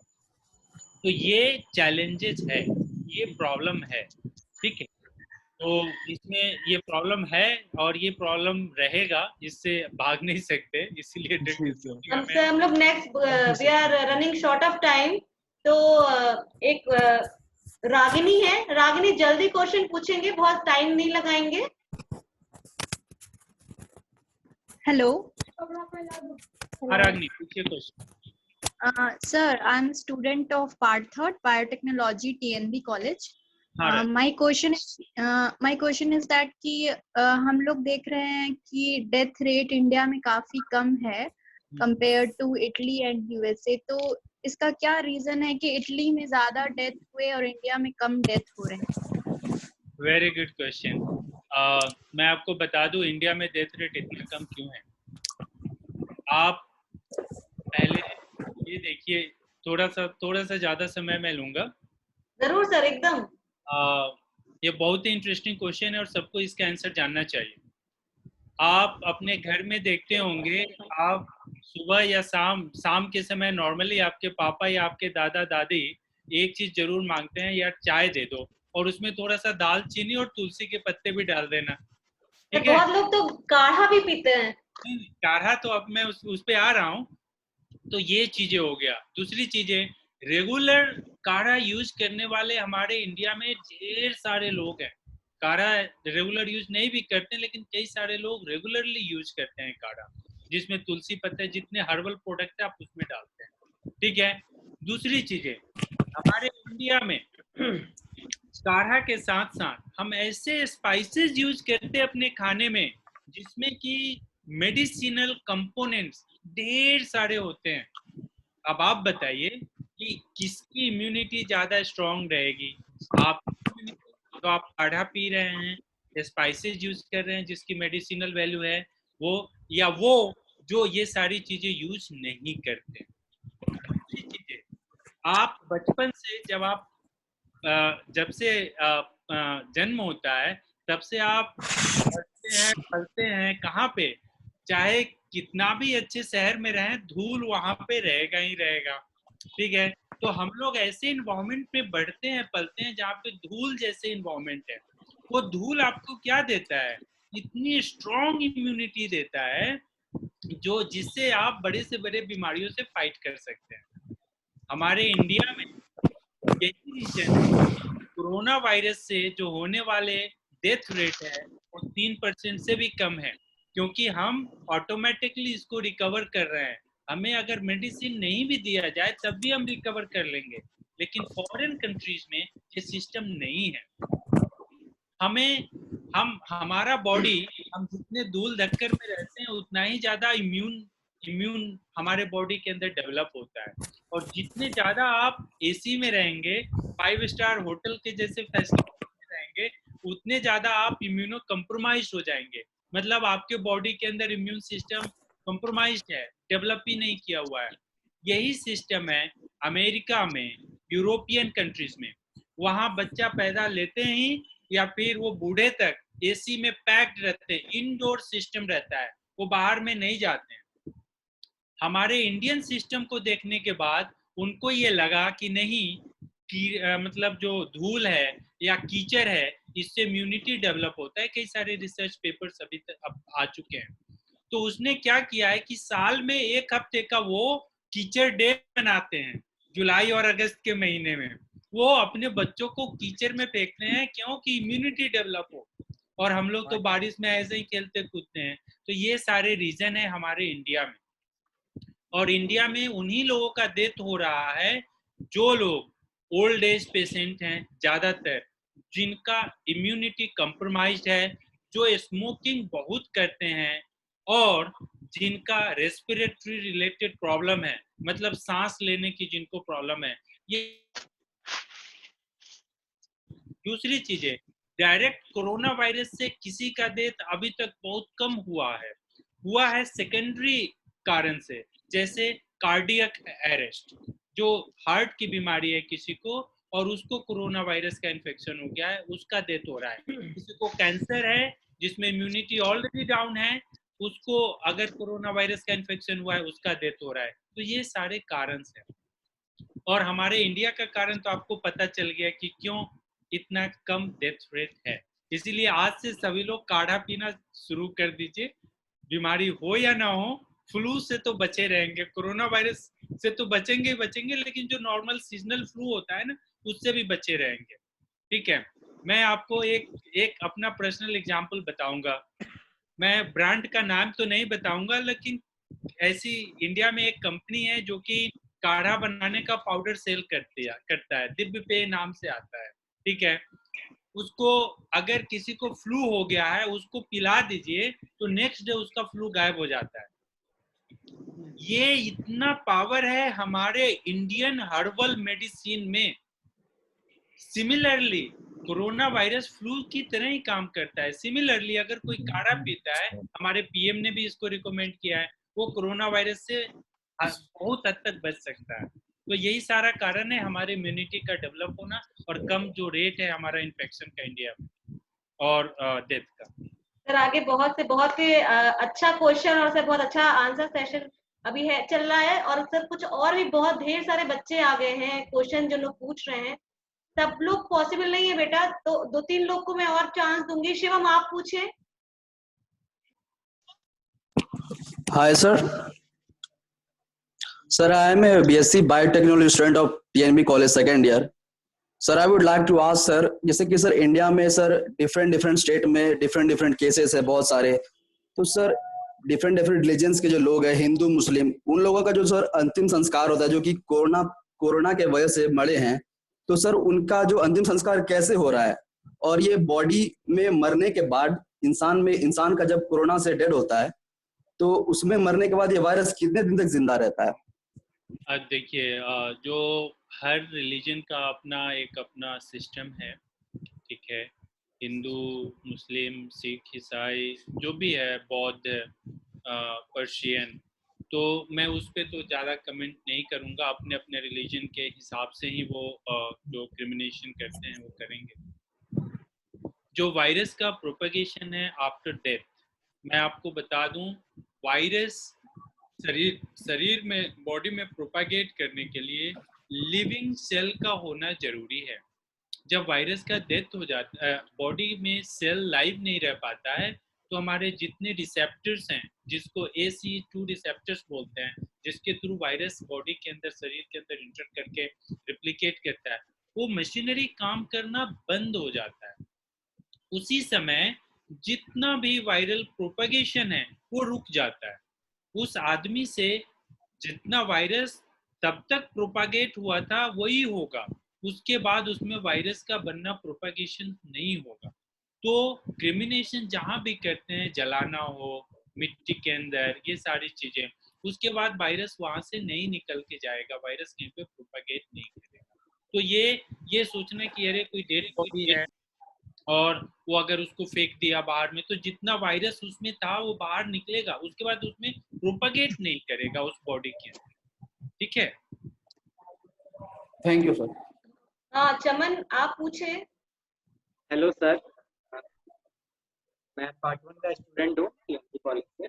मेरा एक क्वेश्चन है कि जैसे अगर वर्ल्ड को देखें तो वर्ल्ड में 67 to 68 डेज लगा था 1 लाख कोरोना पेशेंट पहुंचने में, और वही 1 लाख से 2 लाख होने में ओनली 11 डे लगा, और 2 लाख से 3 लाख होने में ओनली 4 डेज लगा था। तो क्या इंडिया में ये हो सकता, मतलब इंडिया में ऐसा होगा कि 1 लाख स्लो पहुंच रहा है, फिर उसके बाद हो सकता है रेट बढ़ जाए, तो उसके लिए हम लोग जो ये डेटा जो आप देख रहे हैं, अगर इसको आप माइक्रो लेवल पे एनालिसिस करेंगे, इवन फॉरेन कंट्रीज में हर कंट्रीज का जो ये पेशेंट के जो रिप्लिकेशन का डेटा है, जितने corona virus patient positive cases जो रिप्लिकेट किए हैं, उसके डेटा हेट्रोजीनियस है, पूरा वेरिएबल है। हेट्रोजीनियस का मतलब किसी का डेटा किसी से मैच नहीं करता, ठीक है। इंडिया का क्या सिचुएशन है, हम लोग बहुत ही सेफ जोन में हैं, ठीक है। आप इसको जो भी कह लें, हमारे बॉडी का जो स्ट्रक्चरल ऑर्गेनाइजेशन है वो, या फिर जो हमारा अभी जो लॉकडाउन हमने टाइम पे किया उसके कारण से, या फिर और भी कई सारे फैक्टर्स है, इम्यूनिटी। ये कहना बिल्कुल सही नहीं होगा कि 1 लाख पेशेंट हमारे इंडिया में होगा, उसके बाद जैसे फॉरेन कंट्रीज में पेशेंट के नंबर बढ़े हैं उसी तरह से हमारे यहाँ भी बढ़ेगा। नंबर 10 दिन 12 दिन और बढ़ेगा, ये मैं बता दूं। उसके बाद आप जून में देखेंगे ये नंबर धीरे धीरे कम होते चला जाएगा। क्यों? क्योंकि अभी आप देखेंगे 10 दिन तक जो लोगों का मूवमेंट है, जितने भी जो हमारे प्रवासी मजदूर हैं जो बाहर में हैं, वो लोग जो वापस अपने घर आ रहे हैं, तो वो उनका जो ये मूवमेंट है, ये नंबर को कहीं पे बढ़ाएगा और कहीं पे घटाएगा। उसके बाद ये धीरे धीरे जब ये नंबर एक बार इनका मूवमेंट रुक जाएगा, उसके बाद ये नंबर धीरे धीरे धीरे डाउन हो जाएगा। और ये हर जगह पे मतलब इंडिया के हर कोने में ये सारी चीजें मतलब चल रहा है, और ये 10 दिन तक ये मूवमेंट और चलेगा, उसके बाद ये स्टॉप हो जाएगा। जैसे ही स्टॉप होगा ये नंबर भी धीरे धीरे आपको कम होगा, और बहुत हद तक आफ्टर जुलाई आपको देखेंगे कि एक दो पेशेंट इस तरह से फ्लू का पेशेंट आता था, वैसे भी नहीं, उससे भी कम, मतलब और भी कम, एक दो कहीं से आपको इसके पॉजिटिव पेशेंट मिलेंगे। सर एक और छोटा सा क्वेश्चन था कि जैसे मतलब हम लोग पढ़ते हैं कि अगर किसी बॉडी मतलब कोई भी ऑर्गेनिज्म का जीनोम अगर डिस्ट्रॉय करते तो वो मर जाता है, तो हम लोग जीनोम डिस्ट्रॉय करने के लिए कुछ कर सकते हैं? जीनोम डिस्ट्रॉय करने के लिए देखिए, यही तो आप टारगेट बेस्ड ड्रग डिस्कवरी करते हैं, ठीक है। जैसे आप कई बार ये देखते हैं कि जो जीनोम है, डीएनए है, ठीक है, डीएनए रिप्लिकेट करता है, ट्रांसक्रिप्ट होकर के आरएनए बनता है। ये आरएनए वायरस है, ठीक है, आरएनए वायरस है। तो आरएनए वायरस के लिए आरएनए पॉलीमरेज को आप टारगेट कर रहे हैं, उसके अगेंस्ट में आप ड्रग बना रहे हैं, तो उसके आरएनए जो वायरस का आरएनए है वो फर्दर बन ही नहीं रहा है, सिंथेसिस ही नहीं हो रहा है। तो समहाउ आप उसके जीनोम को टारगेट भी कर रहे हैं, डायरेक्टली उस आरएनए को आप टारगेट नहीं करते हैं। देयर आर सेवरल मेडिसिन जिसको बोलते हैं एंटीसेंस। एंटीसेंस सीक्वेंस होता है जो आरएनए के अगेंस्ट में आप डिजाइन करते हैं, लेकिन इसका प्रॉब्लम ये है, इसका ऑफ टारगेट वो वायरस जीनोम को टारगेट करने के साथ साथ हमारे बॉडी वाले जो जीनोम है उसको भी आके टारगेट कर सकता है, ठीक है। तो जीनोम को तो आप डिस्टर्ब नहीं कर सकते उसके अंदर में, हाँ, लेकिन जो जीनोम को कंट्रोल करने वाला जो मशीनरी है, जैसे आरएनए पॉलीमरेज हो गया और भी एंजाइम्स हो गए, उसको आप टारगेट कर सकते हैं, जिसके कारण वो वायरस फर्दर प्रोपागेशन उसका नहीं होगा और रुक जाएगा। एक लास्ट क्वेश्चन है सर, एक लास्ट क्वेश्चन है। तमन दूसरे को मौका देते हैं, अभी बस 2 क्वेश्चन और पूछना। Only one question ma'am. जैसे बहुत अगर देखा जाए तो कुछ एनिमल्स अब है जिसमें ये कोरोना वायरस नहीं हो रहा है, तो क्या उनके बॉडी से एंटीबॉडी वगैरह मतलब बना के कुछ इससे बनाया जा सकता है क्या? जरूर, अभी कई सारे टेस्टिंग अभी चल रहा है कि किस एनिमल में इसका इन्फेक्शन हो रहा है, किस एनिमल में इन्फेक्शन नहीं हो रहा है, और जिस एनिमल में वो जो भी एनिमल है जो कोरोना वायरस रेसिस्टेंट है, उससे आइडेंटिफाई करके इसके अगेंस्ट में थेराप्यूटिक एंटीबॉडी डेवलप किया जा सकता है। Monoclonal antibody, plasma antibody, therapeutic antibodies based कई सारे थेराप्यूटिक अप्रोच डेवलप किए जा रहे हैं। सो दिस इज राइट, अगर ये है तो this would be the right and good approach to develop therapeutic approach for corona virus. Thank you sir. Adarsh and Nasir Parvez बहुत शॉर्ट में क्वेश्चन पूछे, बस इसके बाद हम लोग इंटरेक्टिव सेशन सर खत्म करेंगे। गुड नून सर, आदर्श Hello, पहले sir. आप पूछ ले, नासिर थोड़ा सा होल्ड करें। Yes, good noon sir and ma'am, this side Adarsh Jha from TNB College Part 3 Biotech. Sir, I have a question. Is this disease going to stay or disappear? ये बीमारी मैं आपको बता दूं, जैसा अभी प्रेडिक्शन है ये 2 साल तक रहेगा। ठीक है, जितने भी पैंडेमिक डिजीज जो आउटब्रेक होते हैं वो उनका इफेक्ट जो है 2 साल तक रहता है, लेकिन इसका पिक जो है वो 2 साल के अंदर हो सकता है कि 2 से 3 बार ये काफी एक्टिव रहे। ठीक है, जैसे कि अभी हमारे मई एंड तक ये काफी एक्टिव है, इस तरह से 2 साल के अंदर 1-2 बार और एक्टिव रहेगा। This is the prediction based on previous result, लेकिन ये हमेशा के लिए नहीं रहने जा रहा है। जब आप प्रिवेंशन और प्रिकॉशन लेंगे तो इससे काफी हद तक बच सकते हैं, लेकिन हाँ ये रहेगा 1.5 से 2 साल तक। सर हेलो, हाँ नासिर आप बोले। Sir, MD Nazir Pervez from Salfia Unani Medical College, third year. Nasir किस कॉलेज से है, फिर से बताएं। From Salfia Unani Medical College, third year student. हाँ नासिर बताइए। सर ये आपकी आवाज ब्रेक हो रही है, आपकी आवाज काफी ब्रेक हो रही होते हैं, आप क्वेश्चन फिर वो से sir as a career break ये करते हैं या पूरी तरह से रिकवर्ड हो जाते हैं? नाजिर जी आप अपना क्वेश्चन फिर से रिपीट करिए, आपका आवाज ब्रेक करके आ रहा था इसलिए क्वेश्चन। सर ये रिकवर्ड पेशेंट जो होते हैं ये कैरियर बिहेव करते हैं या पूरी तरह से रिकवर्ड हो जाते हैं? हाँ, अगर आपका क्वेश्चन मैं सुना क्लियरली तो मैं रिपीट करता हूँ क्वेश्चन कि जो कोरोना वायरस पेशेंट है वो कैरियर की तरह काम करते हैं ठीक होने के बाद या फिर फुल्ली रिकवर्ड हो जाते हैं? Yes sir. हाँ देखिए, जो पेशेंट है जिसका ट्रीटमेंट अभी तक हुआ है वो उनमें कोरोना वायरस निगेटिव होने के बाद ही अभी तक वो हॉस्पिटल से रिलीज हो रहा है। इसका मतलब वो एज ए कैरियर काम नहीं कर सकते। लेकिन जो asymptomatic corona virus positive people हैं, जो पेशेंट है जिसमें रिपोर्ट ही नहीं है अभी तक कि वो कोई सिम्टम्स आया नहीं है और कोरोना वायरस का इन्फेक्शन है, वो एज ए कैरियर काम करते हैं और वो एज ए कैरियर स्प्रेड करते हैं डिजीज को। तो हमें 2 चीजों का ध्यान रखना है कि हमें चाहे आदमी पॉजिटिव हो या निगेटिव हो, आप उसे एज ए कैरियर सस्पेक्ट कर सकते हैं तो उससे डिस्टेंस मेंटेन करके रखिए। जो आदमी पॉजिटिव था और जिसका इलाज हो चुका है उससे भी डिस्टेंस मेंटेन करने की जरूरत है। तो उसमें 3 बार टेस्ट होता है, निगेटिव होता है, उसके बाद ही हॉस्पिटल से रिलीज करता है। लेकिन एक चीज आप जान करके रखिए, nothing is absolute in this nature.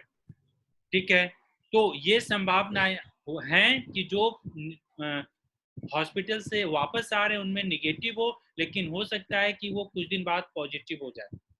ये भी पॉसिबिलिटीज है क्योंकि कई सारे केसेस रिकरेंस के भी आए हैं जिसमें कोरोना वायरस ठीक हो गया है, उसमें फिर से पॉजिटिव हो गया है, रिकरेंस के केसेस आए हैं। ठीक है, तो इसमें सावधान रहने की जरूरत है सर, क्योंकि सर वायरस का कुछ अमाउंट मिनिमम अमाउंट होता है, उसके बाद ही डिटेक्ट होता है ना वायरस। हाँ, ये वायरस पॉसिबिलिटी हो सकती है कि जब हम कर रहे हैं तो हमारे जो कीट वो सिर्फ कीट से डिटेक्ट नहीं कर पा रहा, मिनिमम अमाउंट नहीं पहुंच पा रहा, उससे मिनिमम अमाउंट से लेस में होगा। नहीं, जो प्रोपागेशन होता है अगर आप देखेंगे जितने भी टेस्टिंग अभी हो रहा है या तो थ्रोट से या फिर नेजल स्वैब से। हम ओरल स्वैब लेते हैं, नेजल स्वैब लेते हैं। वहाँ पे गुड अमाउंट ऑफ वायरस आपको मिल जाता है, even next day, second day आपको मिल जाएगा, ठीक है। तो ऐसा नहीं है, प्रोपेगेशन तो बॉडी के अंदर जब वो इंटर कर जाता है, काफ़ी आपको इंटेस्टाइन, लंग, ये सारे को डैमेज करना शुरू करता है, तब उसका huge amount of propagation start होता है, जो कि 7। लेकिन अगर आप किसी कोरोना वायरस पॉजिटिव पेशेंट के कांटेक्ट में आते हैं तो सेकेंड डे ही आपके नेजल स्वैब से वो पॉजिटिव टेस्ट करके पहचान वो किया जा सकता है।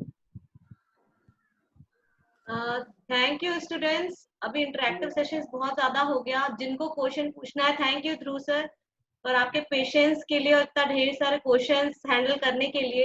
प्रियंका मैम आपको भी थैंक यू। इंटरेक्टिव सेशन अब हम लोग खत्म कर रहे हैं। बहुत छोटा सा एक हमारा पेपर सेशन होगा जिसमें 1 या 2 पेपर प्रेजेंट करेंगे, ओनली फॉर 3 to 5 मिनट्स केवल। तो स्टार्ट करें सर, थर्ड सेशन स्टार्ट कर रहे हैं sir, that is the paper session. Amod sir आपको अनम्यूट कर दिया है। Yes ji ma'am.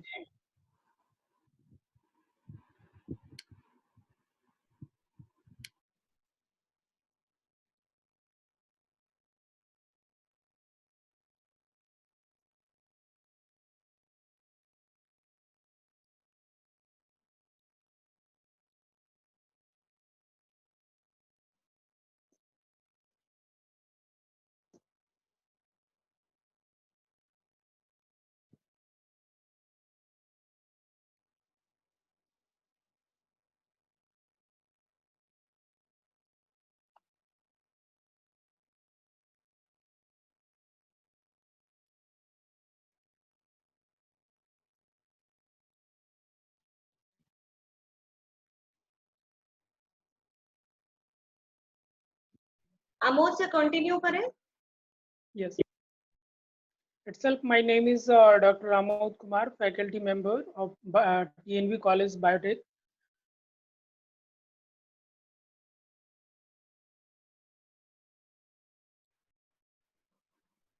COVID-19. Basic informations, introductions, COVID-19 viruses disease 2019, full form of COVID-19. Mainly forms SARS and MERS. COVID-19 viruses, SARS, full form of SARS, severe acute respiratory syndrome coronaviruses. MERS, next slide please ma'am. MERS, COVID-19 Middle East respiratory syndrome coronaviruses. Basic symptoms, cough, dry cough, high fever, sore throat, difficulty in breathing.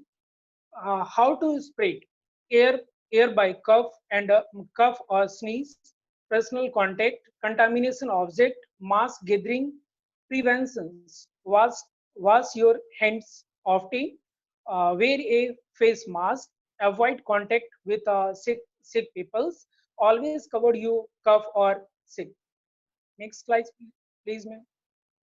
Next, prevention. Basically preventions, all those there is no vaccines avoid to prevent COVID-19.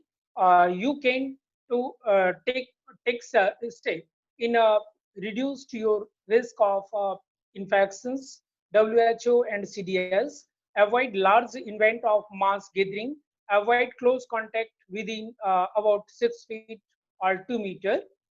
Next slide please. uh, Wash your hands often with soap and water for at least 20 seconds, or use of alcohol-based hand sanitizer that contain at least 60% alcohol. Uh, Next, symptoms of COVID-19. Next slide, please. Fever, coughing, stress of death, fatigue, body headache, sore throat, nausea, diarrhea. Basic. Next slide, please. Basic common difference between cold versus flu versus allergy versus COVID-19. इसमें basically problem क्या होता है कि सारे persons confuse हो जाते हैं कि कहीं कोविड-19 का प्रॉब्लम तो नहीं हो गया है, जबकि कोल्ड, फ्लू, एलर्जी और कोविड-19 अप्रोक्सीमेटली सारी प्रॉब्लम्स एक दूसरे से मिलते जुलते हैं, जिसमें fever, headache, fatigue pains with sneezing, cough, ये सारे प्रॉब्लम्स मिलते हैं, लेकिन basically more similar to flu and COVID-19 viruses. Coronaviruses contain area in India. Next slide, please. Methodology. Ma'am, next slide, please. Next slide, please. Next. Methodology. Sample collections. Sample collections are to kit to protect to check the COVID-19 kit. Basically, IgG or IgM, immunoglobulin G or immunoglobulin B, M, to detect the coronavirus patient. Different type of samples are used. Next slide, please. Isolation of coronaviruses from human blood samples to detect the microscopic study. Coronaviruses structure to slide. Next slide, please. Next slide. Coronaviruses critical role of laboratory medicine in COVID-19. Next slide, please. Next. Surface contamination in human respiratory system. Though corona viruses, जैसे कि ध्रुव sir ने बताया है कि corona viruses के upper surface जो कि S protein का फुल फॉर्म होता है स्पाइक प्रोटीन। स्पाइक प्रोटीन हमारे रेस्पिरेटरी पाथ में वो रेस्पिरेटरी ऑर्गन्स में इनहेल कर जाता है, जस्ट कि ये डिजीज जो है एयर से ज्यादातर कांटेक्ट में आता है और सरफेस अटैचमेंट से भी होता है, लेकिन वैसे कि सरफेस अटैचमेंट में आप माउथ को टच करते हैं, नोज को टच करते हैं, उसके बाद आपके रेस्पिरेटरी पाथ में इनहेल हो जाता है। बेसिक की रेस्पिरेटरी पाथ को ये ब्लॉक करता है। ये spike S protein full form spike protein, ये हमारे रेस्पिरेटरी पाथ नोस्टिया को के थ्रू ये रेस्पिरेटरी ट्रैक एल्विलाई लंग्स में एल्विलाई को ब्लॉकेज कर देता और फर्दर प्रॉब्लम होती है कि हम लोग को रेस्पिरेशन सांस लेने में प्रॉब्लम होती है, दम फूलने लगता है और सारे प्रॉब्लम्स जो कि कोविड-19 के सिम्टम्स आरोग्य सेतु में बताए गए हैं वो प्रॉब्लम दिखना स्टार्ट हो जाता है। Next slide please ma'am. Basic biotechnical challenges में बेसिक इंडिया में क्लोरोक्वीन एंड हाइपोक्लोरोक्वीन मेडिसिन यूज किए गए हैं और different types of genetically engineered ये वायरसेस को डिटेक्ट करके हम लोग आइसोलेशन कर सकते हैं। Next slide please ma'am. In vivo system and CFPS system, इससे डिटेक्शंस के थ्रू हम लोग, जैसा कि ध्रुव सर ने बताया कि मीडिया में भी हम लोग इसको आइसोलेशन कर सकते हैं। आई थिंक ये मे बी ये वायरसेस मीडिया में ग्रो करा करके उसके बाद हम लोग जेनेटिकली इंजीनियर्ड वैक्सीन प्रिपेयर कर सकते हैं। Next slide please ma'am. Test and treatment method used in different type of technology. COVID-19 kit, test kit, RT-PCR, reverse transcriptase PCR, polymerase chain reactions, CT scan, computer tomography technique, MRI, plasma therapy. Next slide, please, ma'am. Next slide, please. RT-PCR used in coronaviruses testing. Samples हम लोग क्या करते हैं कि different way में mouth Suez, जो मुंह से जो लार निकलता है, नेजल कैविटी स्वेज, नाक से जो पानी निकलता है, और सलाइवा, ये डिफरेंट टाइप ऑफ, और देन ब्लड, ये हम लोग क्या करते हैं सैंपल के रूप में लाते और RT-PCR से इसका डिटेक्शन करने के बाद इसके डिफरेंट ग्राफ जो कि नीचे ग्राफ में शो हो रहा है, माउथ स्वेज का, नजल कैविटी स्वेज का, एंड देन सलाइवा का। Next slide please. CT scan detections of corona viruses patient, जो कोरोना वायरसेस पेशेंट हैं उनका CT स्कैन ब्रेन का और लंग्स का करने के बाद ये ग्राफ जो नीचे पहले तो CT स्कैन का जो मेजरमेंट होता है, देन उसके ग्राफ में डिटेक्शंस होना, डिक्लाइंस होना स्टार्ट हो जाता है। Next slide please. MRI detections of corona viruses patient, basically respiratory path को ये ब्लॉक करता है। रेस्पिरेटरी पाथ में एल्विलाई को ब्लॉकेज करने के बाद ब्रीदिंग सिस्टम प्रॉब्लम होती है, ये जॉइंट पेन होना स्टार्ट हो जाता है, नर्व इन्फ्लेमेशन होना स्टार्ट हो जाता है, जो कि नीचे की स्लाइड में दी हुई है। ब्रेन इन्फ्लेमेशन और MRI के थ्रू डिटेक्शन इसका करके उसका आइडेंटिफिकेशन हो पाता है। नेक्स्ट की अभी एट प्रेजेंट टाइम इंडिया में प्लाज्मा थेरेपी यूज किए जा रहे हैं. Plasma therapy used in corona viruses patient. Next slide please ma'am. Impact of coronaviruses COVID-19 for global pharma and biotech con.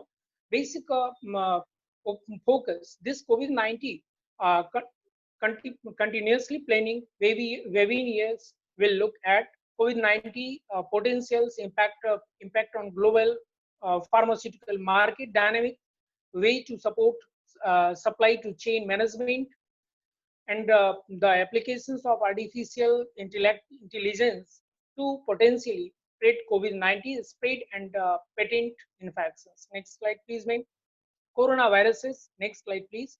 Coronaviruses vaccines. Basically, at present time, there is no vaccines at present time used in India or other country. In current review, we summarize the existing state of knowledge about COVID-19, available medicine and treatment options.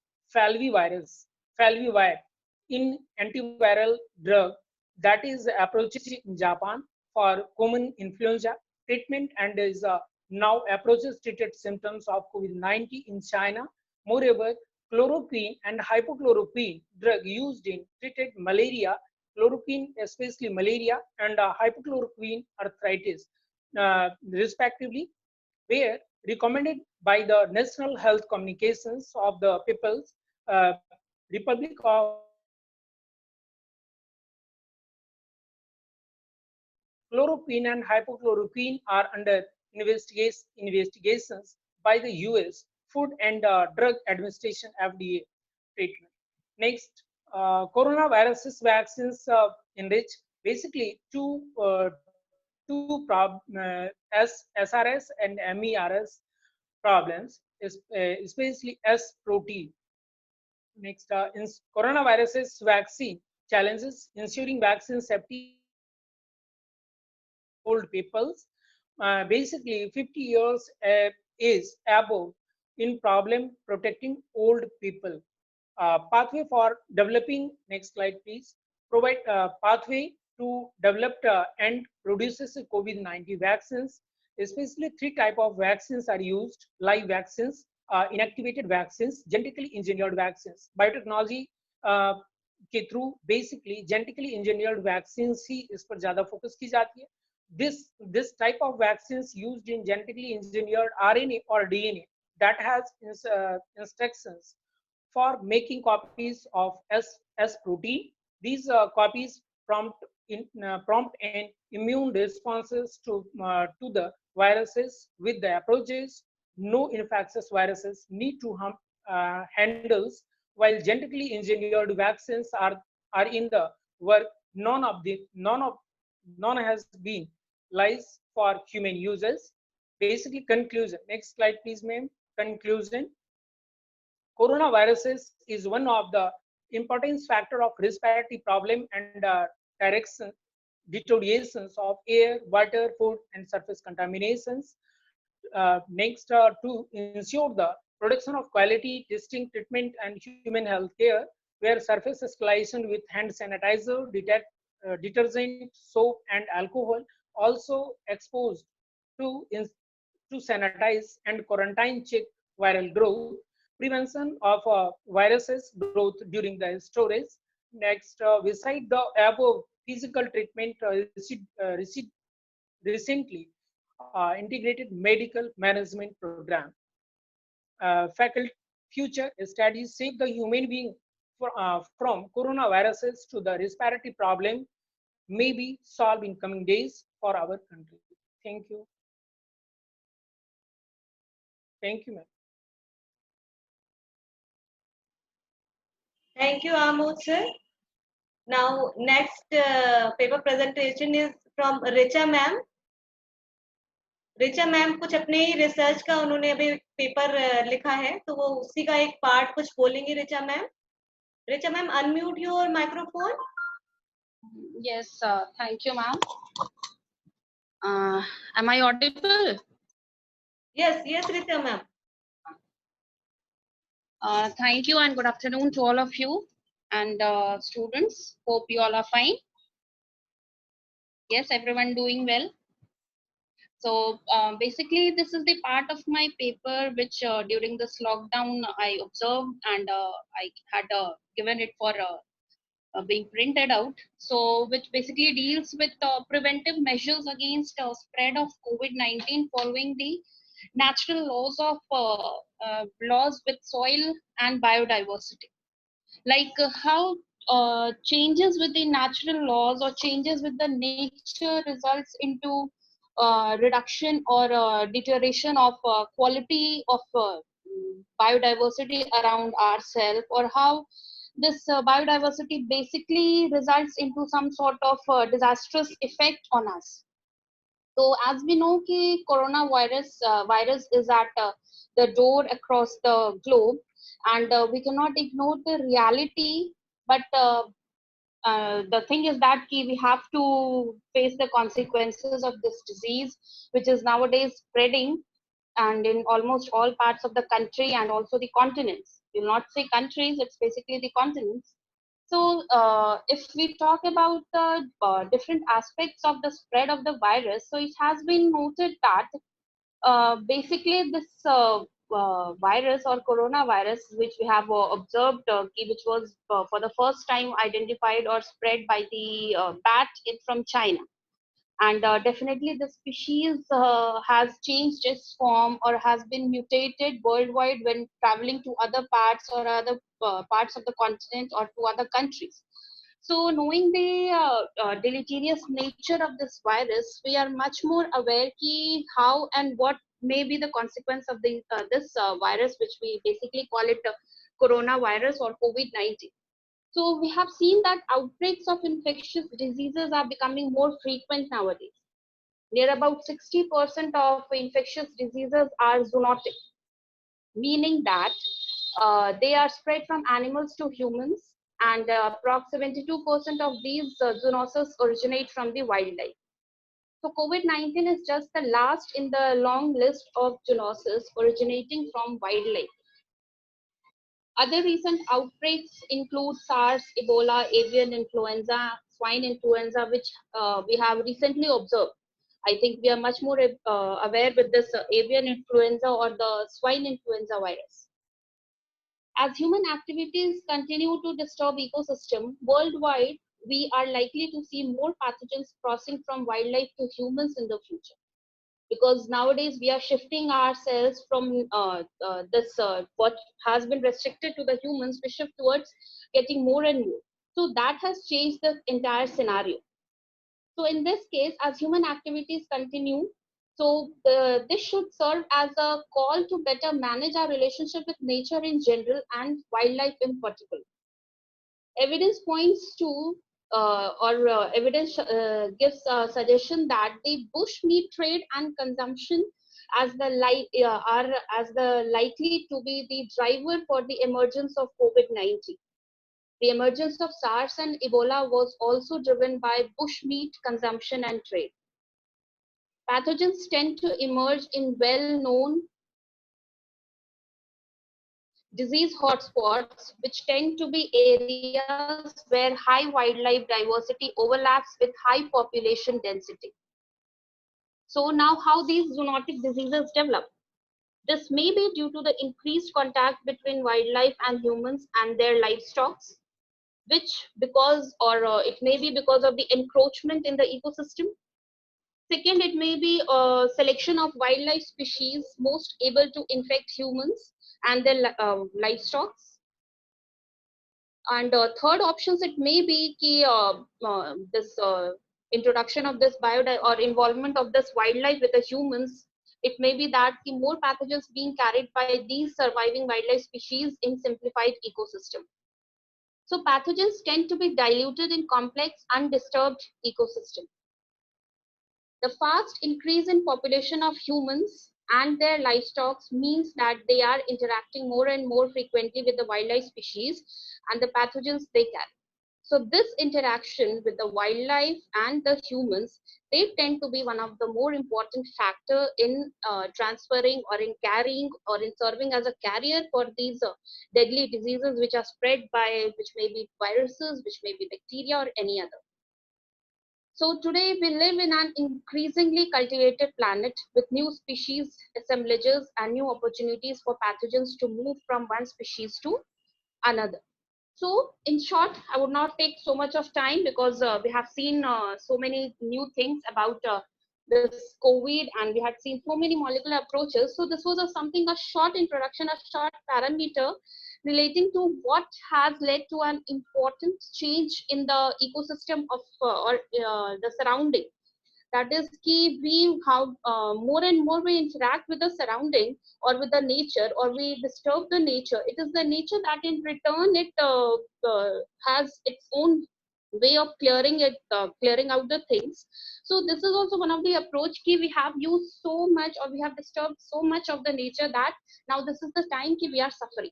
So in the mid of the time, or in the time left out, we must carry out, or we must correct our way of behaving with the nature, way of behaving or surviving surviving. So this is the best way how we can, this COVID-19 is the best lesson how we can get, or we can come to know how we have to live our life, or how we have to carry out daily basic needs. So that's it. Thank you. Thank you, ma'am. Thank you, Richa, ma'am. So it is inspiring for every one of you कि हमारे faculty members भी बहुत कुछ काम कर रहे हैं in spite of very strict, you can say, the infrastructure you can see in the state universities we have. So thank you Richa ma'am and Amod sir और ध्रुव sir और प्रियंका मैम और जितने भी सर बीच में आए, Abhijit sir from MGCUB, Rajiv sir from TNB, Shipra ma'am, Shweta Pathak ma'am, Shivani ma'am, and several other delegates who are there, and I have not recognized them for that. Now, for a conclusion, I will give a mic to Richa ma'am. That will she will present vote of thanks to everyone. And students from my side, thank you all for your patience and the interactions that you have done. Thank you, ma'am. I would really Thank you so much, ma'am. Hello. Yes, ma'am. I would be really privileged. I would altogether like to thank Principal Sir and basically the two speakers, Dr. Priyanka Jain and Dr. Dhruv Kumar, for sharing their valuable information regarding COVID and the basic factors regarding that. And also I would like to thank all the students and basically Garima ma'am for taking the initiative for such a webinar, and which would be beneficial to the students also and for the faculty मैं एक चीज बताऊंगी कि ऐसे webinars अगर आप बच्चे interested होंगे तो और भी बहुत से वो हैं फैकल्टीज हैं जो जिनको मैं ऑर्गेनाइज कर सकती हूँ through webinar. It is difficult कि उनको बुलाना और उनका डिलीवर कराना कोई भी lecture it's difficult. the easiest platform. हाँ, बस वेबिनार के थ्रू बिकॉज ऑनलाइन तो काफी चीजें हैंडल हो सकती हैं. थोड़ा सा टेक्निकल प्रॉब्लम हमारे वेबिनार में स्टार्टिंग में हुआ, आप लोग ने देखा, बिकॉज कि मेरा तो मेरा लैपटॉप हैंग हो गया था. It will not be in the second, I will try and it will be. तो नेक्स्ट के लिए कुछ टीचर्स और मैंने करके रखा है आप लोग के पेशेंस के लिए बहुत अच्छा. और मैम एक चीज आप वोट ऑफ थैंक्स में ये भी मेंशन कर दे, ध्रुव सर ने बोला है कि जिनको भी प्रॉब्लम है वो अपना उनका ईमेल आईडी और phone number he will give it, और शायद चैट में उन्होंने शेयर भी किया है. अगर नहीं किया है तो we will share. Richa ma'am and Amod sir आप उनको डिस्ट्रीब्यूट कर दीजिएगा. जिन भी बच्चों को क्वेरी रहेगी कुछ पूछने का तो डायरेक्टली आप उनको दे सकते हैं. जी मैम. जी मैम कैसे मिलेगा, डायरेक्ट कैसे मिलेगा? ईमेल एड्रेस आपको दे दिया जाएगा. आप ईमेल एड्रेस से डायरेक्टली उनसे बात कर सकते हैं मेल करके. इसी पे जूम पे मिल जाएगा ईमेल एड्रेस? आपको किसी एक को व्हाट्सएप कर दिया जाएगा. मैम सर ना, दे तो चुके भी हैं, सर दे चुके हैं मैम, नहीं है चैट में दे चुके हैं मैम वो। उनको मैंने नहीं है, चैट तो आप वो शेयर कर दीजिए। चैट में मैम मैंने बोला था ध्रुव सर से, तो शायद दिया होगा। मैम वो दे चुके हैं, चैट बॉक्स चेक कीजिए मैम, दे चुके हैं sir. he has given, so आप लोग चेक कर लीजिए इसको, है ना। I think it is dhruvbhu@gmail.com.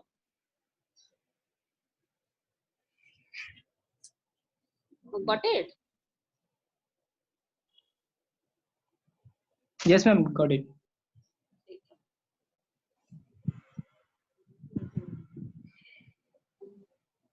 Then we can close and conclude this session and end this meeting. Thank you everyone for joining and for your patience. Thank you, And all the students. Very vote of thanks has already given by Richa ma'am. Thank you everyone. Okay, thank you.